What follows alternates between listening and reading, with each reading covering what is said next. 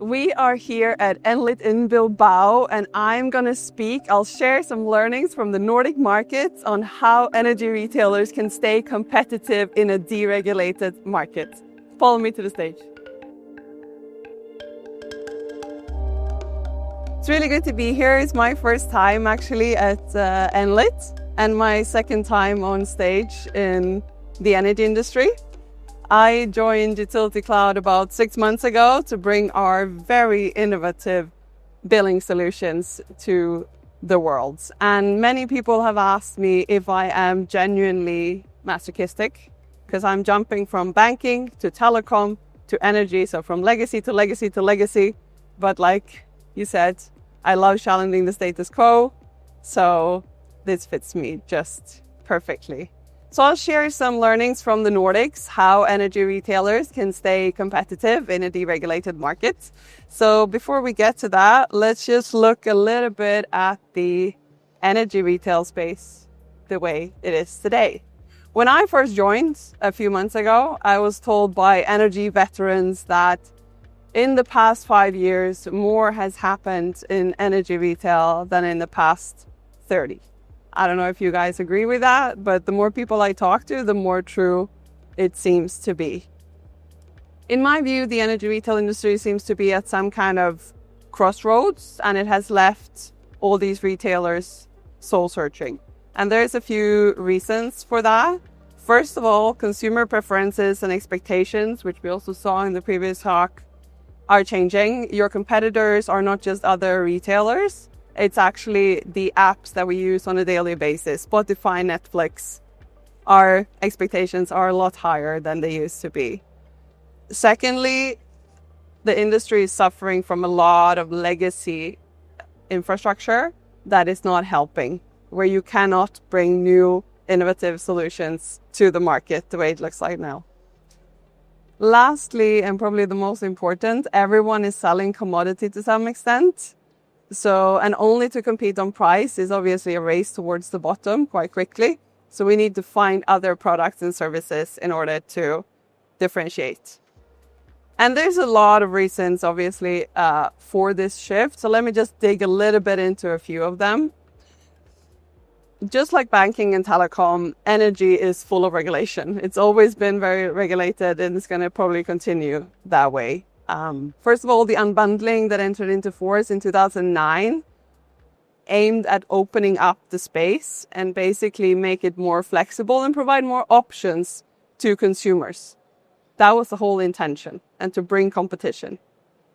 We saw 15-minute settlement enter into force about a month ago. We have smart meter rollouts, everything to provide flexibility and choice, again, for the consumers. So it's safe to say that all these changes and all these mandates and regulations pushed both on national and international level are helping in bringing this competition to the market. Because just in the last 10 years, we've seen about a 20% increase in the number of energy retailers in the market. And I'm pretty sure we will see a much bigger increase in the next 10 years. In many ways, you can argue that energy retail has been democratized, which is why I'm speaking at this track in particular. I don't know how many of you in the audience have heard about these guys. Can you just raise a hand? Yeah, everyone. That's what I figured. You have Tibber from Norway, 1,5, very interesting name, from Germany, and Greenly from Sweden. And what all of these companies have in mind is that they are challengers that are bringing product innovation and customer experience, or a focus on customer experience, to the market. So they all provide, obviously, very user-friendly applications where you can manage smart meters, such as from SaveEye, who's here in the audience as well, where you can manage your consumption and so on. Everything to bring this flexibility and ease of use to the consumers. This is obviously great news for the consumers, but it makes it quite difficult for the legacy energy retailers. That said, though, according to some research that I found by, I think it was BCG, only 39% of consumers know actually what their suppliers provide in terms of products. So there is some kind of knowledge gap, some kind of inertia. People don't really know what they could have in terms of products and services, in terms of energy and energy retail in particular. But in my opinion, this is very likely to change. As I said, I come from banking and telecom. Just 10 years ago, nobody knew they could change their phone plan. Everybody had the same phone plan they had since, not birth perhaps, but since their teenage years. Most people never changed their bank. At least I changed it every second year just to get a better deal. And this is, of course, going to change in energy retail as well. We see that about 30% of the respondents said that they had changed energy retailer in the last 2 years. But I think this number is going to be a lot higher in the next few years.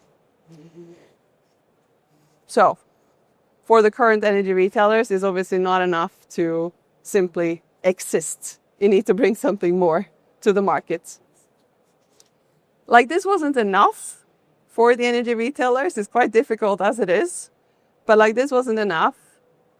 The industry is suffering from a lot of legacy technology that simply hinders innovation. So this leaves them with a very difficult choice because these legacy platforms, whatever you want to call them, these legacy tech stacks, they are costly to customize. They come with high customization fees, and it takes months just to introduce a new product. So they are stuck with squeezed margins and simply no possibility to differentiate. All while the consumers want flexible and affordable solutions that solve their problems. So this is kind of mutually exclusive, the way it's set up right now. So we basically need new solutions for these contemporary problems. A lot of challenges. I like to talk about the challenges, so let's talk a little bit about the solutions as well, because there are obviously solutions. And the solution for these energy retailers is obviously to choose a tech stack, a platform that support them in this transition, that allow for new product innovation, that allow for new lean business models. What we would refer to as best of breed, which is simply not a one solution fits no one, as I like to say. And this is obviously, as you probably already figured, where UtilityCloud comes in.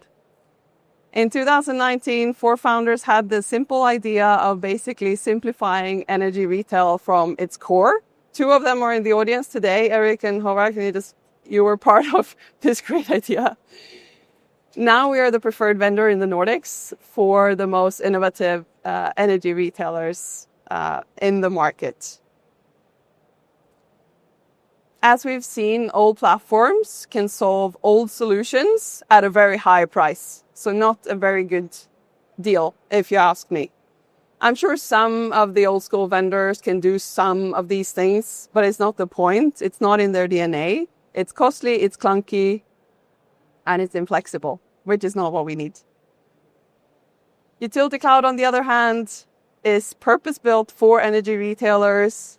We are born in the cloud. We're not retrofitted like most other companies would be.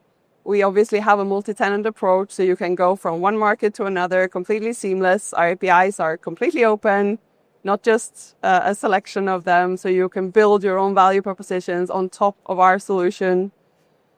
Everything to support our customers' unique needs in this very challenging market. No matter which CRM they want, no matter which app provider they want, or smart meter company they want, we are completely flexible and we support them through this shift. And of course, we adapt to new regulation continuously without sending a hefty bill at the end of the day. Our customers and partners are challenging the status quo on a daily basis, which is why I've loved to get to know them all so much. Very, very, very inspiring customers. I really encourage all of you to actually talk to them. We can set that up if you want.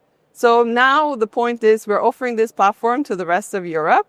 So I would like to give you a few examples of how we help energy retailers in Scandinavia and soon in other markets in Europe to stay competitive in this very challenging market that I have pictured. First of all, like I said, we are completely agnostic in terms of third parties. This includes the CRM system, which means that we can offer our customers to choose whatever CRM fits their business needs the best. And not only that, we have a Chrome extension, so the customer service rep can obviously see the customer profile in a split window, no swiveling chairs, and we can obviously feed the billing data through to the CRM for optimized customer communication and automated sales and marketing to these customers. Bundling is something a lot of companies speak about, but can't really bring to the market. So bundling commodity with non-commodity is a great way to bring new products to the market while monetizing on the existing customer base. Sometimes it's easier to do that than try to bring in new customers. Our customer NEAS is a great example. They provide both insurance, mobile, and broadband on the same bill, which creates very high customer loyalty and reduces the cost to serve. Simply put, nobody really knows what kind of products we want to offer in the future, but the point is, if you can imagine it, we can build it. Sounds a bit cheesy, but that's kind of the point. Cloudcraft is another example.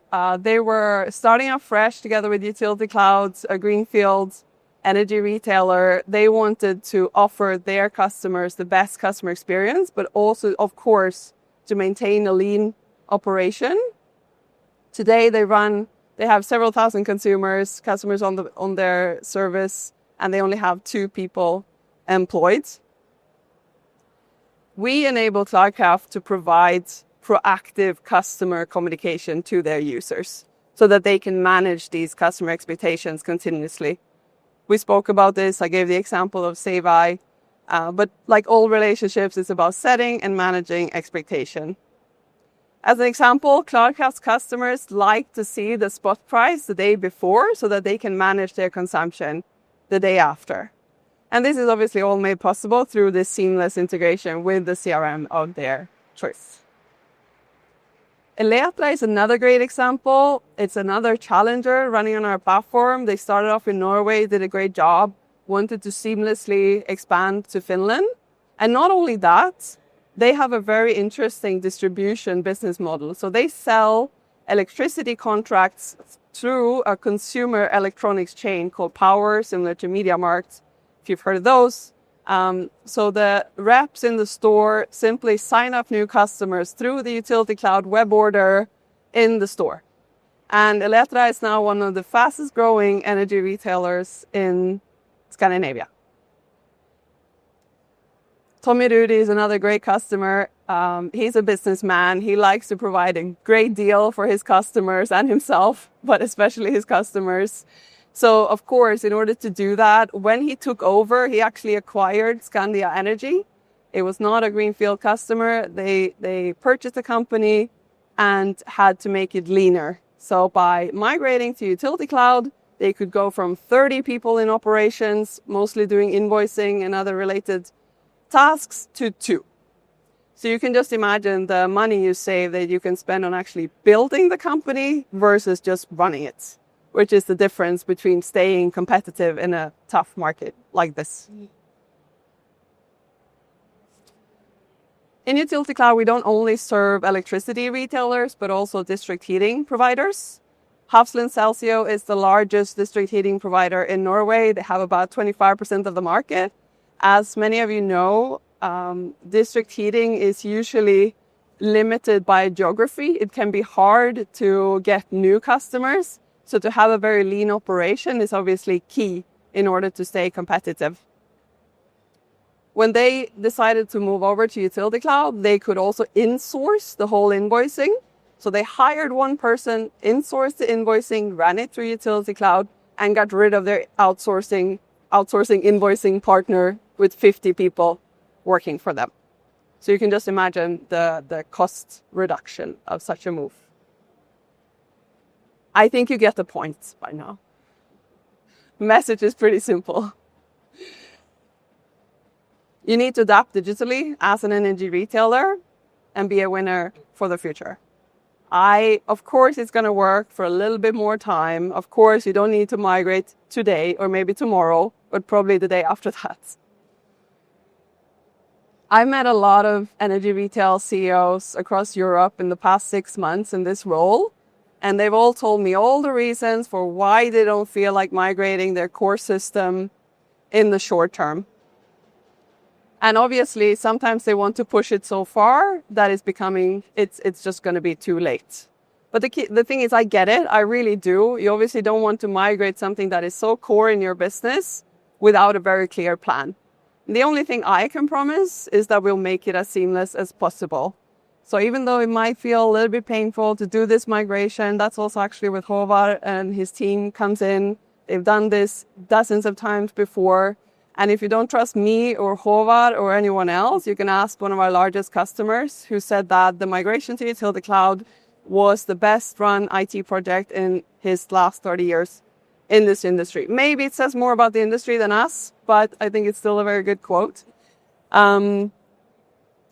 So just to leave you with a little summary. If you don't remember anything or you just arrived, let's put it this way. It's very competitive in the energy retail space right now. I believe it's just going to get worse.